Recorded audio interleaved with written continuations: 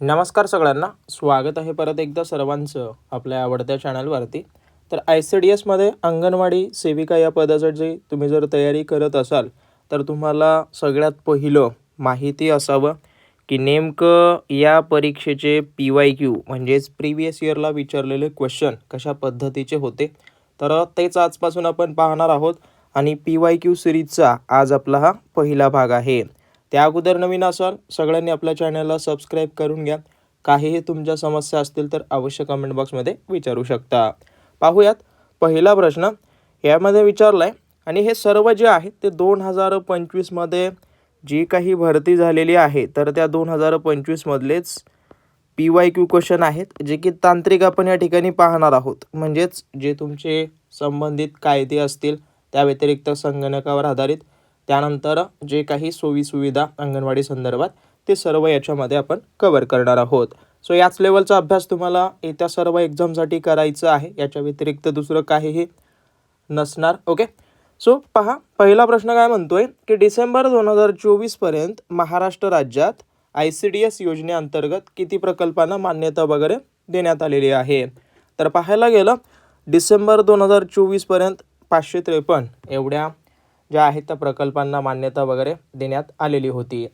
त्या व्यतिरिक्त दुसरा प्रश्न राजीव गांधी राष्ट्रीय क्रेच योजना खालीलपैकी कोणत्या गटांना सेवा पुरवते.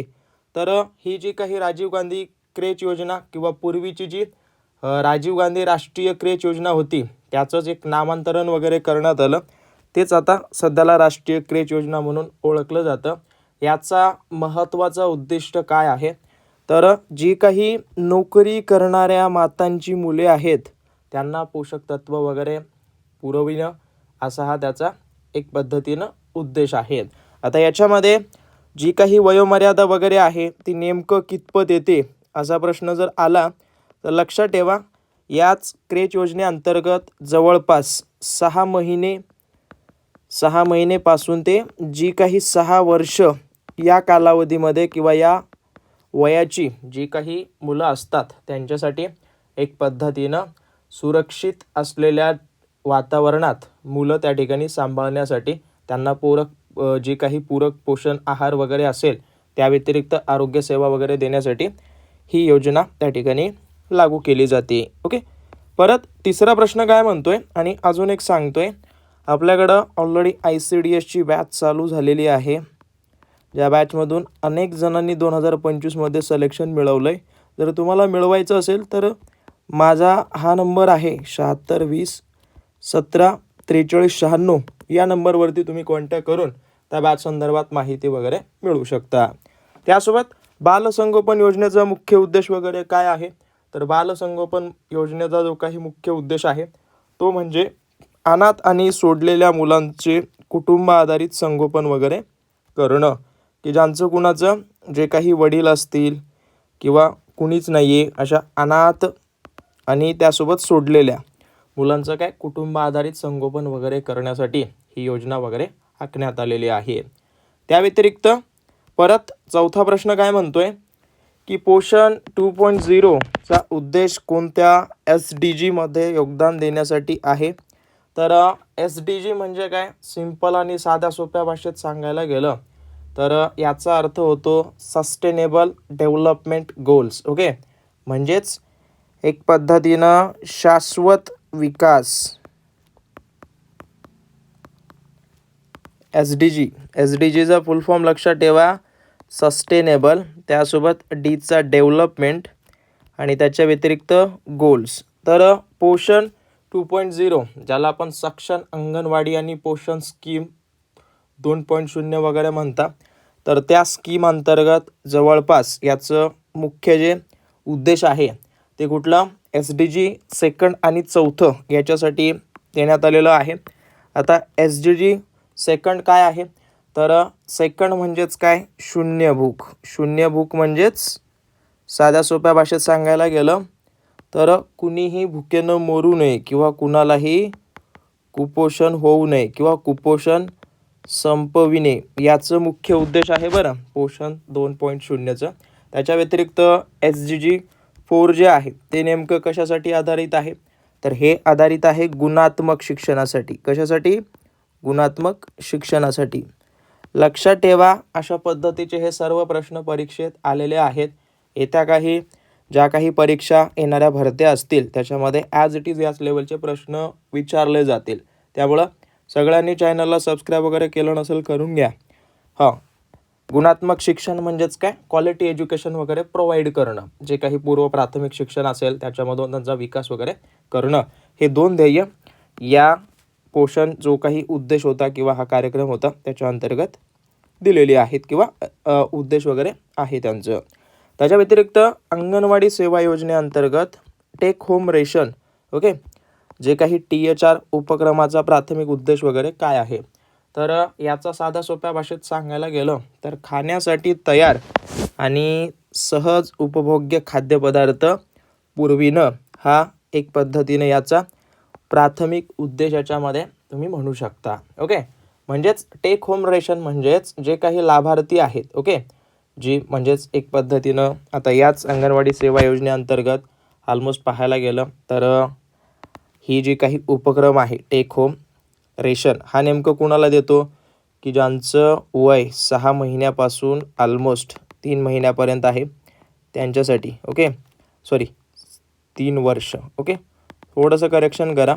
या अंतर्गत जी असतात बालके असू द्या, गर्भवती स्त्रिया, स्तनदा माता वगैरे, तर त्यांना जे आहे ते घरी नेण्यासाठी पौष्टिक आहार देतात. ओके, तर तेच त्याचा अर्थ वगैरे होतो. त्याच्या व्यतिरिक्त बालसंगोपन योजना वगैरे कधी सुरू झाली? तर बालसंगोपन योजनेचा पण उद्देश पाहिला आहे आणि ही जी काही बालसंगोपन योजना आहे ती ऑलमोस्ट 2008मध्ये सुरू करण्यात आलेली आहे. त्या व्यतिरिक्त सक्षम अंगणवाडी आणि पोषण अंतर्गत सर्व क्षेत्रसेवकांना आणि अंगणवाडी केंद्रांना किती किमतीत स्मार्टफोन आणि ग्रोथ मॉनिटरिंग डिव्हाइसचा संच प्रदान केला जाईल. तर याच्या अंतर्गत एक 8,000 एवढी जी आहे ते अमाऊंट वगैरे ठरविण्यात आलेली आहे. याच्या अंतर्गत हे वगैरे देण्यात येतं. त्या व्यतिरिक्त पाहायला गेलं तर किशोरवयीन मातांसाठी असलेल्या जो काही आश्रयगृह आहे, ज्याला आपण शेल्टर होम्स म्हणतो, तर या योजनेअंतर्गत ज्या काही पीडित महिला असतील तर त्यांच्यासाठी किती कालावधीसाठी राहिल्यानंतर त्यांना माहेर योजनेसाठी पात्र वगैरे ठरतील. तर साध्या सोप्या भाषेत 1 महिना जर त्या राहत असतील किंवा 30 दिवस एवढा जर कालावधी त्या ठिकाणी राहिल्यावरच त्यांना माहेर योजना त्या ठिकाणी पात्र वगैरे होते. त्याच्या व्यतिरिक्त BBBP म्हणजेच काय? बेटी, लक्षात ठेवा, बेटी बचाव बेटी पढाओ. तर या योजनेअंतर्गत मोहिमेमध्ये कोणत्या घोषणांचा मोठ्या प्रमाणात वापर केला जाईल किंवा वापर केला गेलेला आहे? बघा, हा 2025चाच प्रश्न आहे, परंतु बेटी बचाव बेटी पढाओ या योजनेवर आधारित हा प्रश्न आला आहे. त्याच्यामध्ये सगळ्यात जास्त जो काही यूज केलेला सेंटेन्स आहे तो म्हणजे माय डॉटर माय प्राईड या पद्धतीनं. परत पुढं काय दिलं आहे? कधीही शॉर्टमध्ये असं विचारलं जाईल, त्यामुळं सगळ्या योजनेचं फुल फॉर्म वगैरे तुम्हाला माहिती असू द्या. जसे की IGSMY म्हणजेच काय? साध्या सोप्या भाषेत तुम्ही म्हणू शकता इंदिरा गांधी, ओके, मातृवंश योजना, याला या नावानं सुद्धा ओळखतात, किंवा मातृत्व सहाय्य योजना, याबद्दल माहिती काढू शकता तुम्ही. तर या अंतर्गत लाभ मिळवण्यासाठी खालीलपैकी कोणता निकष आहे? म्हणजे त्याच्यासाठी एक साध्या सोप्या भाषेत पात्रता वगैरे काय असेल? तर पाहायला गेलं या योजनेअंतर्गत लाभ वगैरे मिळवण्यासाठी नेमकी काय पात्रता असावी लागते? तर पहिल्या 2 बाळंतपणांसाठी 19 वर्षापेक्षा अधिक वयाच्या गर्भवती स्त्रियांना ही योजना त्या ठिकाणी दिली जाते असं तुम्ही म्हणू शकता, किंवा त्याचं ते आहे. परत इथं काय दिलंय? याच्यामध्ये पहा, महाराष्ट्र सरकारने किती पाळणा घरं वगैरे सुरू केलेली आहेत? तर याच्यामध्ये ऑलमोस्ट 345 सध्याच्या सिच्युएशनमध्ये. याच्यामध्ये काही बदल वगैरे होऊ शकतो. जर काही बदल झाला तर अवश्य मला कमेंट करा सध्याच्या सिच्युएशनमध्ये. त्यासोबत सक्षम अंगणवाडी पोषण जी काही ही योजना आहे ना, ओके, या योजनेबद्दल प्रत्येक शिफ्टमध्ये प्रश्न होता. त्यामुळं यावर आधारित जेवढे काही क्वेश्चन होतील ते सर्व क्वेश्चन तुम्ही काय करा, पाठच करा.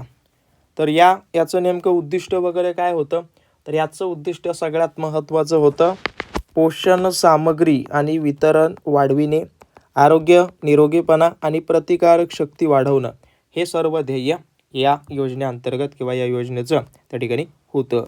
परत तीव्र कुपोषित मुलांसाठी जे काही मुलं ज्यांचं वय 6 ते 72 महिन्यामध्ये वगैरे येतं, तर त्यांना प्रथिन सेवनासाठी प्रति लाभार्थी प्रतिदिन पोषक मानके किती आहेत, तर जी काही तीव्र कुपोषित मुलं असतात त्यांच्यासाठी 6 ते 72 एवढ्या महिन्यांमध्ये ऑलमोस्ट त्यांना प्रति दिवशी 20 ते 25 ग्राम प्रथिनं त्या ठिकाणी देण्यात यावं, अशा पद्धतीनं ते ठरविण्यात आलेलं आहे. परत पुढं काय दिलं आहे, स्टोअर्ड प्रोग्राम आणि ग्राफिकल युजर इंटरफेस GUI वापरणारा पहिला व्यावसायिकदृष्ट्या यशस्वी कॅम्प्युटर वगैरे कोण होता. सहसा तर यावर आधारित तुम्हाला एक 5 प्रश्न परीक्षेत दिसतील, त्यामुळे याचीसुद्धा तयारी करा.